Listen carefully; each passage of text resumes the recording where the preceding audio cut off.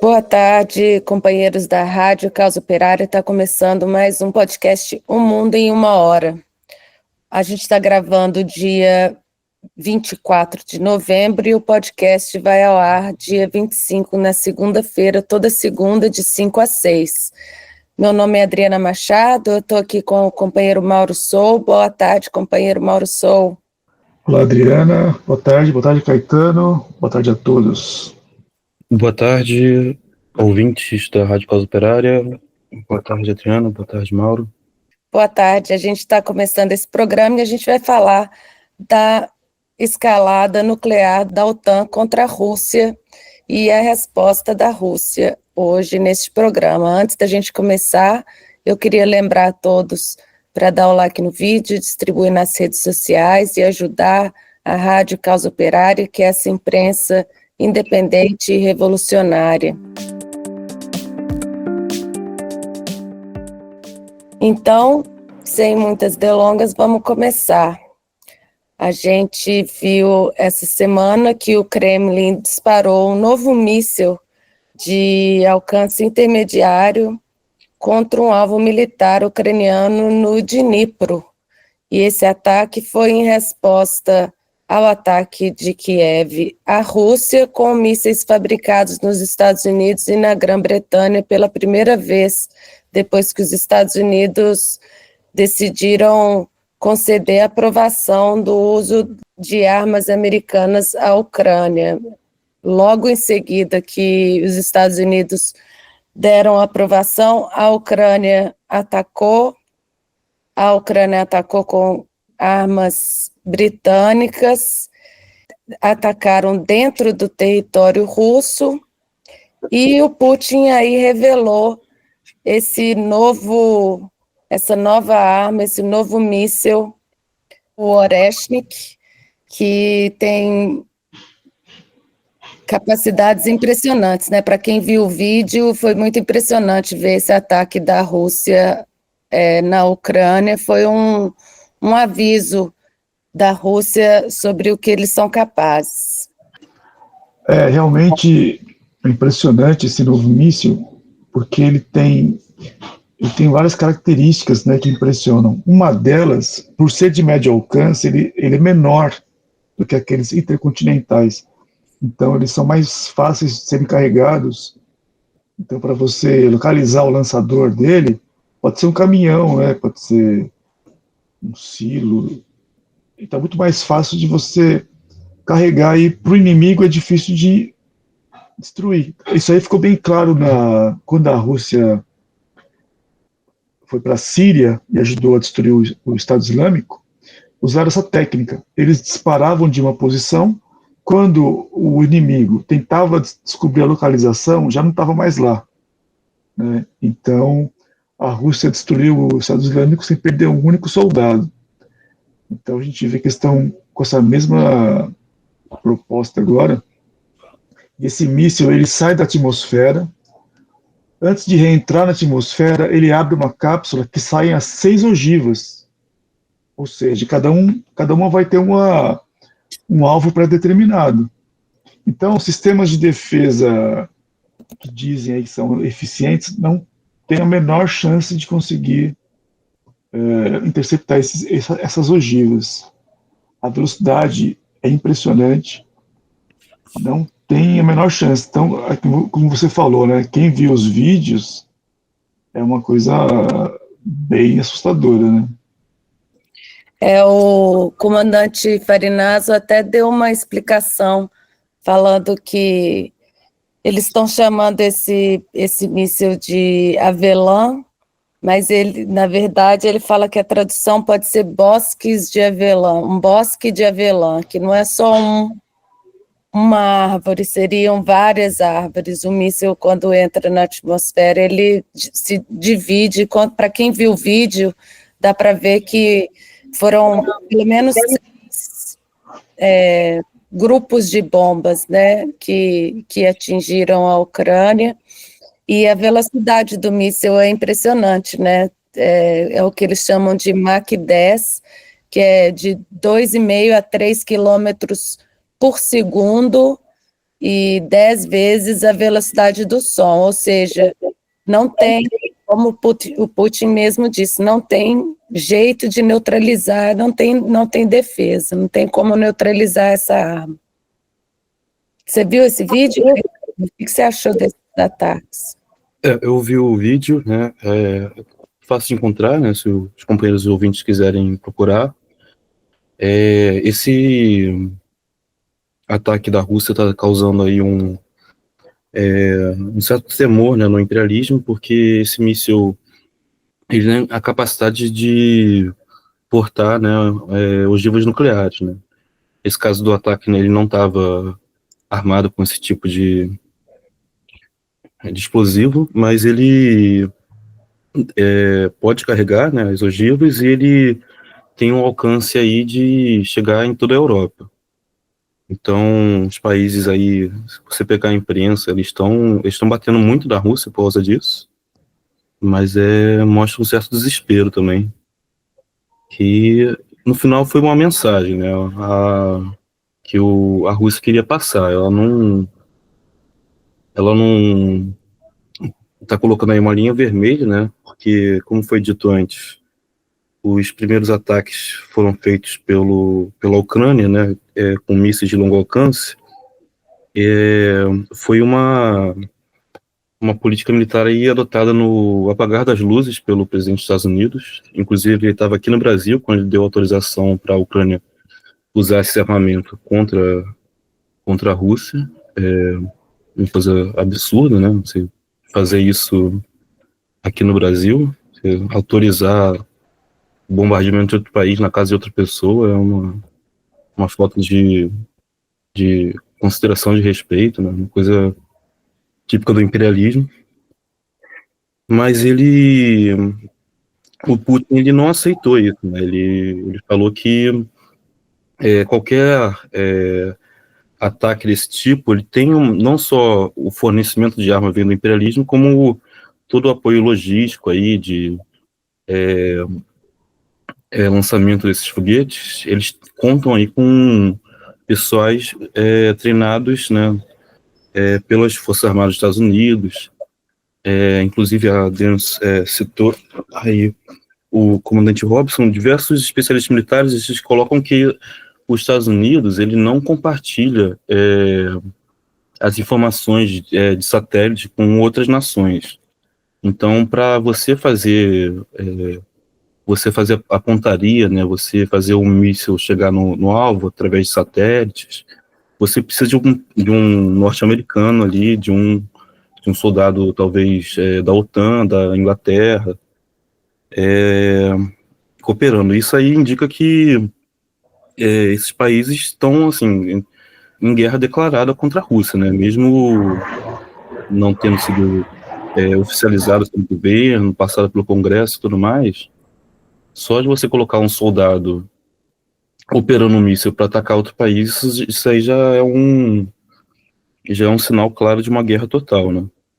E o Putin está falando que ele não vai aceitar que a Rússia seja atacada, né, por outros países, e que esses países eles estão aí também em perigo de sofrerem consequências.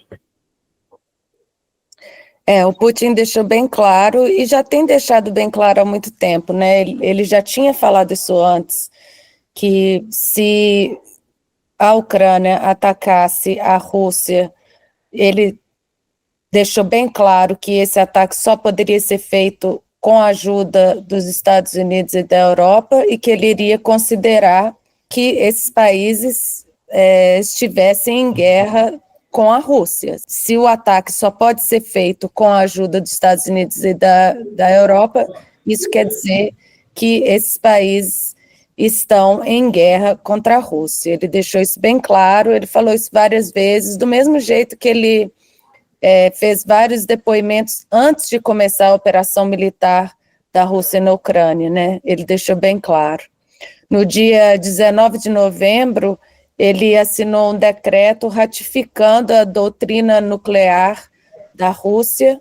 Eles chamam de os princípios básicos da política de Estado da Federação Russa sobre a dissuasão nuclear. Falando isso, que se a Rússia fosse atacada e sua soberania e integridade fosse atacada, que eles poderiam revidar com armas nucleares. Eles falam, deixam bem claro, né, que o documento fala que o princípio fundamental do documento é que as armas nucleares são o último recurso para salvaguardar a soberania do país.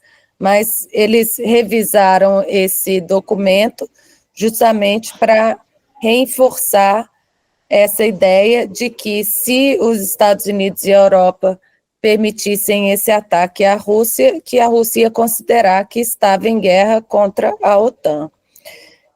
E que é o que está acontecendo agora. A França também autorizou o ataque, depois do ataque dos Estados Unidos com as armas americanas e britânicas, a França também autorizou o uso de armas francesas. Segundo o ministro francês dos negócios estrangeiros, ele disse à BBC, não existem linhas vermelhas quando se trata de apoio à Ucrânia. Ele chama Jean-Noël Barrot, disse que a Ucrânia poderia disparar mísseis franceses de longo alcance contra a Rússia, segundo ele, na lógica da autodefesa, ou seja, os Estados Unidos, a Inglaterra e a França ajudando a Ucrânia significa atacar a Rússia, significa autodefesa. É uma explicação muito esquisita aí, não faz o menor sentido. Você falou uma coisa interessante que o Putin vem alertando, e ele, antes de começar a operação na Ucrânia, ele alertou, né? Ele, na verdade, fez uma denúncia, porque a OTAN, ela nunca parou de expandir em direção à Rússia. Mesmo com o final da União Soviética e o final do Pacto de Varsóvia, a OTAN não parou de expandir, e a OTAN ela foi criada justamente para combater o Pacto de Varsóvia. Então, pela lógica, se é extinto o Pacto de Varsóvia, a OTAN deveria ser extinta. Ao contrário, ela foi crescendo. E isso já demonstra, para quem tiver dúvida, a intenção final do imperialismo, que era um dia, mais dia, menos dia, atacar a União Soviética. No caso, a Rússia. O que aconteceu com a Iugoslávia foi a mesma coisa. O imperialismo tinha o plano de dividir o país em várias, né, repúblicas menores. É o mesmo plano que eles têm para a Rússia, porque a Rússia é muito grande, ela tem petróleo, 30% dos minérios no mundo. Então, a intenção do imperialismo sempre foi dividir a Rússia, e os russos sabem disso. E a própria OTAN provou isso caminhando em direção à Rússia, e o Putin alertou. Quando a Ucrânia estava às portas de entrar na OTAN, foi que ele fez a operação especial. Mas ele tentou o tempo todo evitar esse passo, mas foi inevitável. Tem gente que acha que a Rússia atacou, mas, na verdade, a Rússia está fazendo um movimento defensivo. Toda a história da imprensa capitalista é isso, né, de que a Ucrânia está se defendendo, mas a gente sabe que é a Rússia que está se defendendo, que o Putin, do mesmo jeito que ele fez esse discurso alertando que se houvesse um ataque ucraniano na Rússia só poderia ser com a ajuda dos Estados Unidos e da Europa, e que ele ia considerar que a OTAN estava em guerra com a Rússia. Ele fez várias declarações antes. Então, é o que a gente vê desde o começo, né? As sanções e todas as proibições, a censura à imprensa, o que a Rússia está falando, é para tentar passar essa ideia de que a Europa e os Estados Unidos, junto com a Ucrânia, estão se defendendo da Rússia, quanto é óbvio que eles estão no ataque. A Ucrânia já recebeu mais de 100 bilhões de dólares de ajuda dos Estados Unidos e da Europa. Mais de 61 bilhões de dólares vêm dos Estados Unidos. É uma guerra, claramente uma guerra da OTAN contra a Rússia. O primeiro ataque da Ucrânia na Rússia foi um depósito de munições na região de Briansk, com os mísseis americanos ATACMS, eles chamam Army Tactical Missile Systems. E depois eles usaram também os mísseis Storm Shadows fabricados no Reino Unido. Um dia depois do ataque com os mísseis americanos. Ainda fizeram uma campanha de fake news falando que a Coreia do Norte estava mandando soldados para entrar na guerra, estão trazendo também a Coreia do Sul para essa guerra. O ataque da Rússia na Ucrânia com o novo míssil foi feito numa fábrica. Você sabe falar o nome dessa fábrica, Mauro? Ivdemak ou Mach. Que fica em Dnipro, que é uma fábrica, importante fabricante aeroespacial e de defesa. Eles produzem veículos de lançamento de foguetes, mísseis balísticos, motores de foguetes, espaçonaves, trens de pouso, tratores. Ou seja, a Rússia continua, mesmo depois de atacada, continua atacando locais militares, né? Tentando desescalar, mas deu uma mensagem, né? O presidente Putin deu a ordem de preparar o documento, a doutrina nuclear. Ele falou que vai adaptar a doutrina às condições do confronto atual, que são provocadas pelos países ocidentais. O porta-voz do Kremlin, o Dmitry Peskov, falou: no entanto, Putin tem que responder à escalada sem precedentes, que é provocada principalmente pela saída da administração de Washington. Então, eles estão ligando esse ataque à Rússia agora com a saída do Trump, a saída do Biden da presidência e a entrada do Trump, né? O Trump disse que está incrivelmente preocupado com a escalada do conflito. O que vocês acham do momento que vem esses ataques? O Biden de saída, o Trump chegando, o Trump que foi o presidente que falou que queria acabar com a guerra. Então, a gente que acompanhou aí as eleições dos Estados Unidos, a gente ouviu diversas vezes, né, o Trump falar que ele é contra aí o envio de mais dinheiro, de mais armas para a Ucrânia, né? Uma das promessas da campanha dele era que ele ia acabar com a guerra em 24 horas. Então, a gente consegue perceber que existe aí uma pressão, né, principalmente da burguesia mais com interesses domésticos nos Estados Unidos, de cortar, né, essa despesa de dinheiro com as guerras intermináveis, né? Palavras do próprio Trump, né? As guerras sem fim.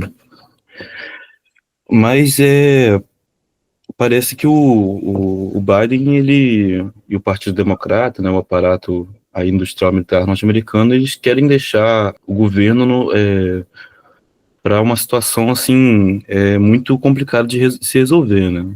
A avaliação que eu tenho é que o Putin ele está percebendo que, né, que em janeiro aí vai ter um xerife novo na cidade, né? Então ele não está querendo escalar o conflito, né? Mas isso daí não é uma coisa que parte do lado do imperialismo. O imperialismo ele quer que a guerra ela se perpetue, né? Que ela avance para dentro do território russo, independentemente aí das consequências de uma guerra nuclear total, porque essas palavras aí do governo francês, das autoridades europeias também, de não existir linhas vermelhas, as pessoas têm que se lembrar que isso aí é um conflito com uma potência nuclear, né? A Rússia aí tem milhares de ogivas, né? Ela tem a capacidade de se defender. É muito difícil acreditar que ela vai se deixar ser derrotada sem usar esse arsenal, né? E a partir que começa aí um conflito nuclear, você não sabe onde ele vai parar, porque a OTAN, né, também tem armas nucleares, né? Então vai ter uma resposta, então a coisa sai do controle muito fácil. E ressaltar, né, que a Rússia, ela, em todo momento, essa questão de não querer escalar, ela demonstrou, né? Você tem aí antes do golpe de Estado, né, que a Rússia não interveio ali na operação de mudança de regime que o imperialismo realizou, né? Eles derrubaram o presidente. Depois teve a questão do conflito interno da Ucrânia, né? Que a Rússia mediou ali pelos acordos de Minsk, né? Que depois se ficou sabendo por um vazamento que servia apenas para ganhar tempo para a Ucrânia montar, né? Uma força militar capaz de enfrentar a Rússia. Mesmo com a invasão ali com a operação militar especial, houve tentativas de diálogo internadas pela Turquia, né, mas também a gente ficou sabendo mais tarde que o Boris Johnson da Inglaterra mandou que o governo ucraniano parasse, né, qualquer tentativa de conversas com a Rússia. Então, são coisas que a gente realmente não vê na imprensa, mas que estão aí para quem quiser se interessar, né, para querer se aprofundar sobre o assunto, que explica, né, o conflito atual. Um dado interessante disso tudo é que o Biden era o queridinho da esquerda aqui no Brasil, né? Ele era o democrata contra o fascista sanguinário Trump. Não que o Trump seja um cara de extrema direita, mas o bonzinho da história, como a gente sempre alertou, isso tem que ficar muito claro, nós sempre alertamos que o Biden era um falcão. Esse cara, ele é um dos responsáveis diretos pela invasão do Iraque, onde o imperialismo matou mais de 1 milhão de pessoas, a maioria civis, para roubar petróleo.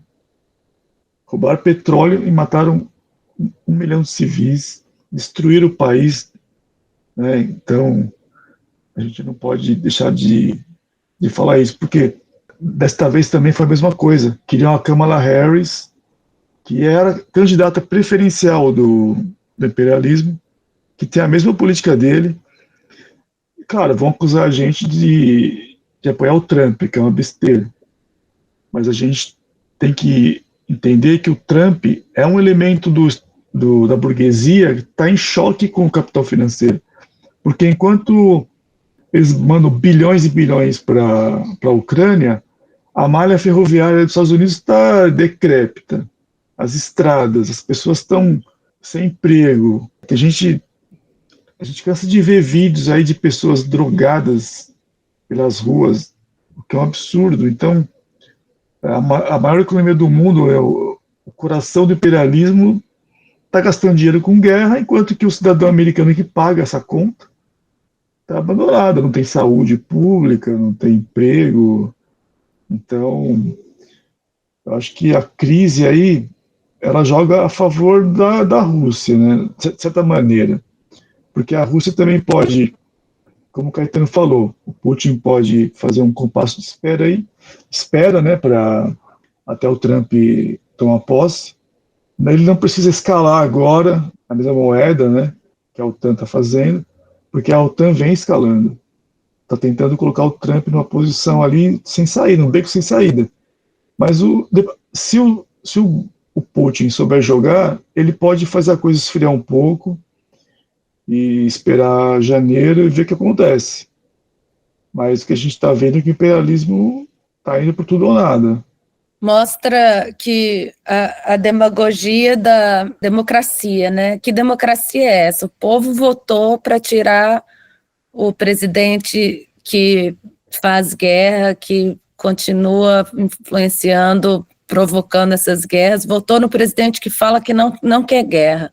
E antes de sair, o presidente que está no poder vai lá e começa uma escalada nuclear como essa, absurda. Mostra a ditadura do imperialismo, que não tem nada de democracia, o povo americano falando que não quer guerra, e eles começam essa guerra há poucos meses antes de sair do poder. Teve notícias de que a Rússia está distribuindo, como é que chama, shelters, está distribuindo abrigos nucleares. Já teve fotos e vídeos de distribuindo abrigos nucleares para a população. Nas redes sociais a gente vê que eles falam que a Rússia pode atacar Londres em 16 a 17 minutos, pode atacar com essa nova arma, né? Esse novo míssil que eles revelaram. eles podem atacar a Inglaterra em 15, 17 minutos, Berlim em 10, 12 minutos, pode atacar Roma em 13 ou 14 minutos, Paris 15, 16 minutos. Ou seja, o mundo inteiro preocupado com essa escalada nuclear, só quem não está preocupado são esses líderes da OTAN, do G7, é realmente muita loucura. Quem acha que a Rússia tem pouca arma está muito enganado, porque quando começou o conflito na Ucrânia, disseram que a Rússia tinha munição para 3 dias. São os 3 dias mais longos da história, né? Porque, na verdade, a Rússia ela vem se preparando desde o final do Pacto de Varsóvia, porque sabiam que a OTAN ia para cima. E se a gente olha até vídeos, fotos dos campos de guerra ali na Ucrânia, o que tem de pontos pretos onde caem bombas da Rússia são milhares por dia. E mais de 1000 dias, eles têm muita arma. Eles sabem o que é o inimigo. Então, eles estão preparados, sim. E vai ser... Pode falar. Segundo a imprensa, na Rede Globo, BBC, essas grandes corporações aí da informação, a Rússia estaria lutando agora com paz, né, com esse míssil hipersônico. Ele teria sido construído com peças de geladeira, que faz parte da campanha de desinformação da guerra, né? Só que isso não ajuda a resolver o conflito, né? Não ajuda a gente entender o que está acontecendo na geopolítica. E a gente viu toda a tentativa de isolar a Rússia, de acabar com a economia da Rússia, e quem está com dificuldades são justamente os Estados Unidos e a Europa, né? A Europa principalmente mostrando aí uma decadência muito impressionante na economia. Os Estados Unidos continuam lucrando porque tomaram o lugar da Rússia como vendedor de gás na Europa, estão lucrando com a guerra de uma certa maneira, mas os países da Europa todos estão numa decadência muito grande, né? Eles tentaram isolar a Rússia com censuras e sanções e acabaram que foi um tiro no pé, né? Eles que acabaram com uma decadência maior da economia. O que vocês acham do papel da Europa diante dos Estados Unidos aí dessa guerra? Vai durar essa aliança dos Estados Unidos com a Europa contra a Rússia? Esse é um problema, né? Porque as economias europeias estão em frangalhos, né? E como é que você vai entrar numa guerra com a sua economia deteriorada? Se a gente retomar a época da Primeira Guerra Mundial, por exemplo, foi o momento onde a Europa estava numa guerra e a classe operária se movimentou. Então, a Revolução Russa, em 17, foi um ano antes de acabar a Primeira Guerra Mundial. Eles lutaram contra a guerra, pediam paz. Havia vários levantes revolucionários na Europa, na Alemanha, na Itália. Então, o imperialismo vai sofrer, caso entre com uma guerra, com a própria classe operária europeia. Isso é um dado. Por outro lado, a gente vê que está acontecendo uma espécie de racha na OTAN, uma crise, pelo menos. Porque a Alemanha, por exemplo, a economia alemã praticamente está indo à falência, ao ponto de Olaf Scholz ligar para o Putin. Isso vai abrir uma crise. O próprio Zelensky falou que isso aí abriu uma caixa de Pandora, enfim, né, que isso aí vai causar um monte de problema, que vai mostrar que é uma bagunça, quer dizer, a gente nota, né, que as peças estão se soltando, porque a gente não pode esquecer que o imperialismo está em crise e indo para a ofensiva. Então, é uma receita explosiva. Eles estão indo por tudo ou nada, mas podem ficar sem nada. A gente sabe o que o Olaf Scholz falou na ligação? Ele pediu o fim da guerra. Quer dizer, a gente não sabe.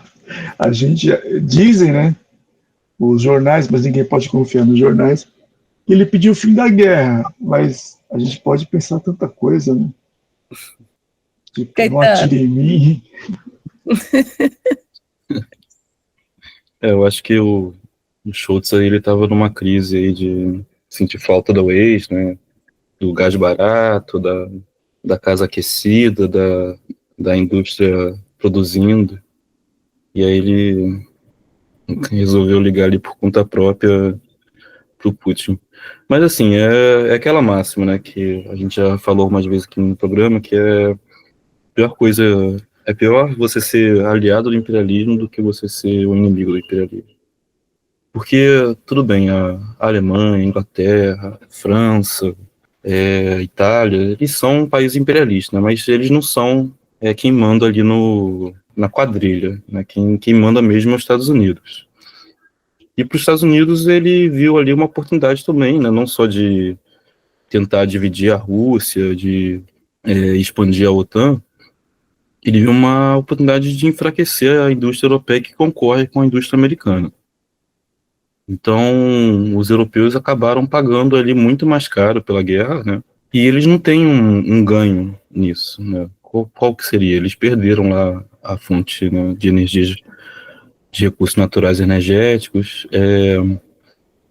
Então, eu vejo, né, ainda mais com a chegada do Trump agora, que quer colocar a OTAN aí com um financiamento maior dos europeus, eu vejo uma possibilidade de crise e de cisão, né, ali desses acordos, até porque esses governos estão muito enfraquecidos. A gente viu que o Scholz está tendo que chamar eleições, né, o Macron teve que dar um golpe, ele perdeu as eleições, mas se manteve no poder. Então é uma situação muito, muito insustentável.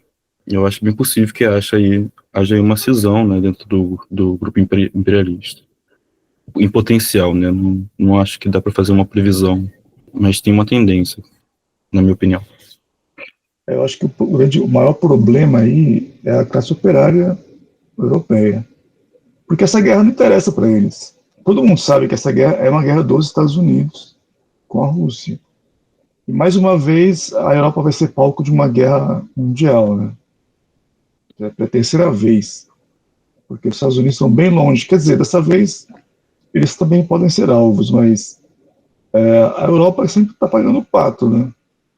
E eu acredito que podem ser abertas muitas situações revolucionárias na Europa. A exemplo da Primeira Guerra Mundial, né, como eu falei. A gente não pode deixar de mencionar o ataque ao Nord Stream, que foi um ataque muito surreal de um país aliado, os Estados Unidos, atacando a infraestrutura da Alemanha junto com a Rússia, e as mentiras que eles falaram em torno disso, né? Mas um ataque terrorista à infraestrutura de um país aliado. E ficou por isso mesmo. E a Europa, pela localização, né, está ali mais perto, fica mais vulnerável. Se houver mesmo esse ataque, essa escalada nuclear, a Europa está mais perto, seria mais fácil de atacar. Eu tenho uma amiga que mora na Suécia e eles já estão espalhando, o governo espalhando propaganda. A Suécia que entrou na OTAN há pouco tempo, né, espalhando propaganda de as mulheres vestidas de militares, carregando armas, preparando que as mulheres vão ter que entrar na guerra. Mas de todos esses que a gente mencionou, o pior está para a Ucrânia, né? O pior aliado dos Estados Unidos nessa guerra, quem está sofrendo mesmo é a Ucrânia. A gente já ouve falar muito em vão lutar até o último ucraniano. E agora já estão com armas, já estão com soldados americanos e europeus também, já não, desde o começo, né? No território ucraniano, morrendo também. As últimas informações são que já mais de 1 milhão de pessoas foram mortas desde o início da guerra da Ucrânia. A gente já passou os 1000 dias de guerra, 3 anos de guerra, e segundo dados do governo, no primeiro semestre de 2024, morreram na Ucrânia 3 vezes mais pessoas do que nasceram. A gente viu um país que como todos os outros países da Europa, não estava bem, não estava, mas pelo menos não estava em guerra. E os Estados Unidos foram lá, deram o golpe, colocaram fábricas de armas biológicas, colocaram essa ideia de que a Ucrânia tinha que entrar na OTAN, apesar de saber que isso seria uma provocação imensa para a Rússia. Provocaram a guerra, a gente lembra da Victoria Nuland falando da pressão dela para colocar um novo governo que seria favorável à guerra, e agora a gente vê a devastação total do país. Quem manda na Ucrânia agora é a BlackRock, é o sistema financeiro, e eles não têm mais praticamente quem colocar para lutar. Fizeram uma propaganda de uma operação em Kursk, saiu na imprensa que a Ucrânia estava conquistando Kursk na Rússia, que eles invadiram, e no final acabou morrendo todo mundo, a cidade não foi conquistada nada, o que acontece, o que a gente vê é mais ucraniano morto. E agora, enquanto a gente grava o programa, hoje à noite, tem mais notícias, né, de mais ataques da Rússia pela Ucrânia. A escalada não para. Dizem que a Ucrânia atacou com esses mísseis americanos, os ATACMS, atacaram Kursk de novo. Pelo menos o terceiro ataque ucraniano em solo russo na última semana. E também tem relatos de grandes explosões na região de Kaluga. Agora, enquanto a gente preparava para gravar, saiu essa notícia. Ou seja, eles continuam escalando. É impressionante, né? Como o descaso, o desprezo com a vida das pessoas, né? Essa operação que fizeram em Kursk foi só uma propaganda mesmo. E gastaram milhares de pessoas, né, de vidas humanas. A gente estava comentando outro dia que um relato de um soldado russo que se sentia doente de tanto recolher corpos de ucranianos nas trincheiras, né? Ele via aquelas pessoas ali mortas que poderiam estar vivendo suas vidas, felizes ali, vivendo suas vidas com suas famílias, ou vivendo normalmente, mas não, estava ali morto por uma coisa inútil. Então, é uma guerra, uma coisa super triste, né? Mas a BlackRock não quer saber. Ela quer dinheiro, né? E se for preciso lutar até o último ucraniano, eles vão lutar. Eles não, né? Os ucranianos. Porque o que vai importar aí, na verdade, é o dinheiro. E também os Estados Unidos não se importam com os próprios cidadãos, se eles estão sem saúde, sem transporte público, de boa qualidade. O que importa é que eles vão ganhar dinheiro com isso. É isso. A gente tem a própria Victoria Nuland, ela saiu do governo, né, mas ela foi dar aula na universidade. Então esse pessoal não tem a menor consciência aí do gasto humano, né, que eles provocam, das dores. Mas a escalada, eu acho que é a política do imperialismo. Pelo menos até o fim do mandato do Biden, né, a gente vai ver aí uma tentativa de fazer a Rússia forçar a mão, não sei, talvez atacar alguma base militar da OTAN em algum país europeu, talvez a Polônia, assim. Então eles estão querendo forçar a Rússia a escalar mais, né? Vamos ver o que vai acontecer. Eu tendo a acreditar que, assim como o Irã, né, o Putin, ele vai calcular bastante, ver se antes de tomar uma decisão, né? Porque se a guerra se expandir, é uma situação complicada, né, para a próxima administração. Então é tudo que os democratas, aí, o aparelho de Estado, do complexo industrial militar quer. Eles querem que a guerra se expanda, né? Se puder envolver a Suécia, se puder envolver a Polônia, se puder envolver os países em volta ali, é melhor, porque aí o Trump não vai chegar e resolver o negócio. E assim, existe também a possibilidade, né, remota, né, o próprio Rui falou isso na análise passada, de que eles tentem alguma coisa assim, uma lei marcial, para o Trump não assumir, né? Vamos ver o que vai acontecer. Não é isso que está dado no momento, mas vamos ver. Eles querem prejudicar aí qualquer acordo de paz, que no final, assim, se tiver uma paz nessas condições, vai ser uma derrota completa do imperialismo. Eles tentaram estrangular a Rússia economicamente, não conseguiram. Tentaram militarmente e não conseguiram. Então, o imperialismo fica parecendo aí uma força impotente. A gente sabe também que não é isso, né? Que o imperialismo está bem armado, né? Apesar de tudo, tem uma economia muito grande, né? É capaz de destruir países inteiros, mas mesmo assim a desmoralização seria gigantesca. E a gente vê que eles não têm problema nenhum em matar o maior número de pessoas, a gente vê pelo que está acontecendo na Palestina, mas que eles vivem da demagogia da democracia, vêm aqui no G20 falar de paz, falar de ajudar os países, de problemas do clima, e o que a gente viu foi a repressão do protesto em defesa da Palestina, fechamento aí da cidade. A gente falou muito, você estava lá, né, Caetano?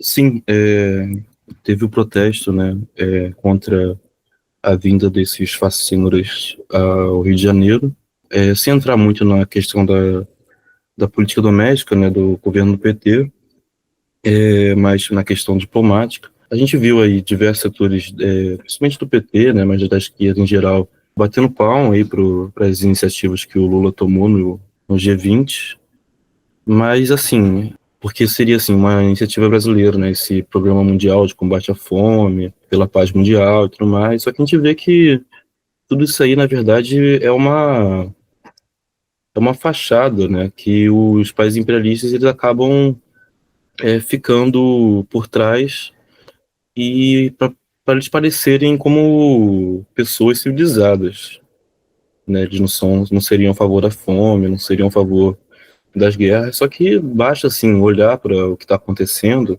ter um acompanhamento, assim, dos acontecimentos políticos por fora da imprensa dominante, você percebe que eles são os principais causadores desses problemas. Quer dizer, hoje em dia a imprensa até é muito difícil dela esconder, né? Porque ela nem fala da Ucrânia mais, mas está acontecendo o negócio lá, então eles não conseguem nem criar uma mentira, uma coisa, eles precisam esconder. Mas assim, é um papel muito ruim que o Lula se presta, né? Ele sendo uma figura popular, né, de esquerda, e que a esquerda, né, até em países ocidentais gosta muito dele, né? Ficar se prestando aí a passar pano, né, a limpar aí a imagem dessas figuras que estão quase provocando aí, estão provocando genocídio, né, no caso ali da Palestina, do Líbano, e estão quase provocando também uma guerra nuclear. Então, seria muito mais progressista, né, muito mais benéfico você esclarecer quem são essas pessoas e não colocar ali, né, uma pele de cordeiro numa pessoa que é um lobo, né, completo. Eu estava lembrando, vocês assistiram o filme Mulheres à Beira de um Ataque de Nervos? Tem uma cena lá que a mãe de um assassino terrível, ela faz uma propaganda, ela lava uma camisa cheia de sangue do cara, assim, no sabão em pó e mostra, ó, tá limpinha a camisa do meu filho, quer dizer, o Lula tá parecendo aquela mãe do terrível assassino que limpa a roupa tira o sangue da camisa do desgraçado. Caramba, você vai fazer um programa de combate à fome para os caras que estão financiando os sionistas que estão usando a fome como arma de guerra na Palestina. Que é isso, cara? Sabe? Bom, enfim, só um momento aqui de revolta, mas não dá, né? É lavar a biografia de uns caras que, pelo amor de Deus, fazem. Destruíram a Líbia para roubar petróleo, destruíram o Iraque para roubar petróleo, destruíram a Iugoslávia. Meu, não tem como. Eu acho realmente um papel muito muito ruim que estão fazendo, né? Fora que o governo Lula protagonizou aí uma censura, né, no G20, e foi um negócio muito feio. Vocês estiveram lá, vocês sabem, né? Assim, o aparato repressivo mobilizado para conter aí a manifestação foi gigante, né? Eu tive aí a oportunidade de receber os companheiros rabinos do Torá Jews, né, que são rabinos ortodoxos que vieram de Nova York para estarem presentes aí no ato. E a gente estava procurando hotel para eles à noite, né, perto do local do ato. E assim, a gente via tanques de guerra na rua, blindados, caminhões cheios de soldados. Era uma coisa assim muito, muito desproporcional. Parecia assim que, sei lá, Israel ia tentar tomar aqui terra no aterro do. E o Brasil estava se defendendo, mas não tinha nada disso, assim. E fora todas as decisões que foram tomadas, né, de logística ali, de supressão de direitos, né, o direito de ir e vir, direito à manifestação, né, que a polícia, tanto a Polícia Federal como a Polícia Militar, elas empregaram, né, elas proibiram aí o carro de som no ato, proibiram o transporte público, fecharam estações de metrô, de linhas de ônibus não circularam, tornando muito difícil para as pessoas que quereriam se manifestar, chegarem no local. Criaram aí diversas barreiras, né, de cordões de policiais, mas o ato aconteceu, né, foi um ato combativo ali, não teve maiores problemas, né. A gente teve uma presença grande da imprensa internacional, principalmente Al Jazeera, até canais russos também fizeram entrevistas com o pessoal, filmaram. Então, eu acho que nesse sentido foi um sucesso, né? O pessoal de outros países oprimidos aí também vendo que o Brasil existe aí uma centelha contra o imperialismo. Poderia ser maior, né? Mas também por questões da política da própria esquerda, né? De não aderirem ao ato, de quererem sabotar, né, ativamente o ato, a gente não teve condições aí de fazer uma manifestação, sei lá, que acuasse aí o pessoal, mas teve a manifestação, isso é importante. É importante a gente lembrar que o Rio de Janeiro estava sobre a GLO, então toda essa pressão sobre a manifestação foi feita realmente pelo governo Lula, que foi uma decepção para todos os militantes do PCO que fizeram a campanha aí para eleger o Lula esperando políticas progressistas. E lembrar também que agora quem vem para o Brasil do Líbano é preso, né? Além do Lucas Passos, que está preso por prevenção de crime, falando que ele era parte do Hezbollah. Teve a notícia também do Tiago Ávila, que é um ativista aí pela Palestina, e também foi preso voltando do Líbano, né, Mauro? Nossa, essa aí é outra ocorrência absurda, né? O Lucas Passos, ele foi preso, condenado, porque ele supostamente iria cometer um crime. Quer dizer, nunca, quando isso é possível? E é uma pena enorme, né? Você não tem nada contra ele, e o cara tá preso porque quem mandou prender foi o Mossad. Isso aí é um outro absurdo, porque falam tanto em soberania, como é que uma polícia federal de um país recebe ordens de um outro país? Né? O Tiago Ávila, ele é jornalista, ele foi pro Líbano, ele foi fazer uma entrevista ou uma reportagem, enfim, o que ele quisesse. Ele não tem que dar satisfação. Ele é brasileiro, está voltando para o país dele. Aí, no aeroporto, a Polícia Federal detém o Tiago Ávila, pede o celular dele, ele negou, mas pediram o celular dele para bisbilhotar. Que país é esse, sabe? É um absurdo completo. A gente está sob... Basicamente, nós somos um puxadinho do Mossad aqui, né? Terrível. Assim, essas atitudes da polícia aí, claramente, como ela falou, são aí a mando dos serviços de inteligência, né, dos países imperialistas de Israel.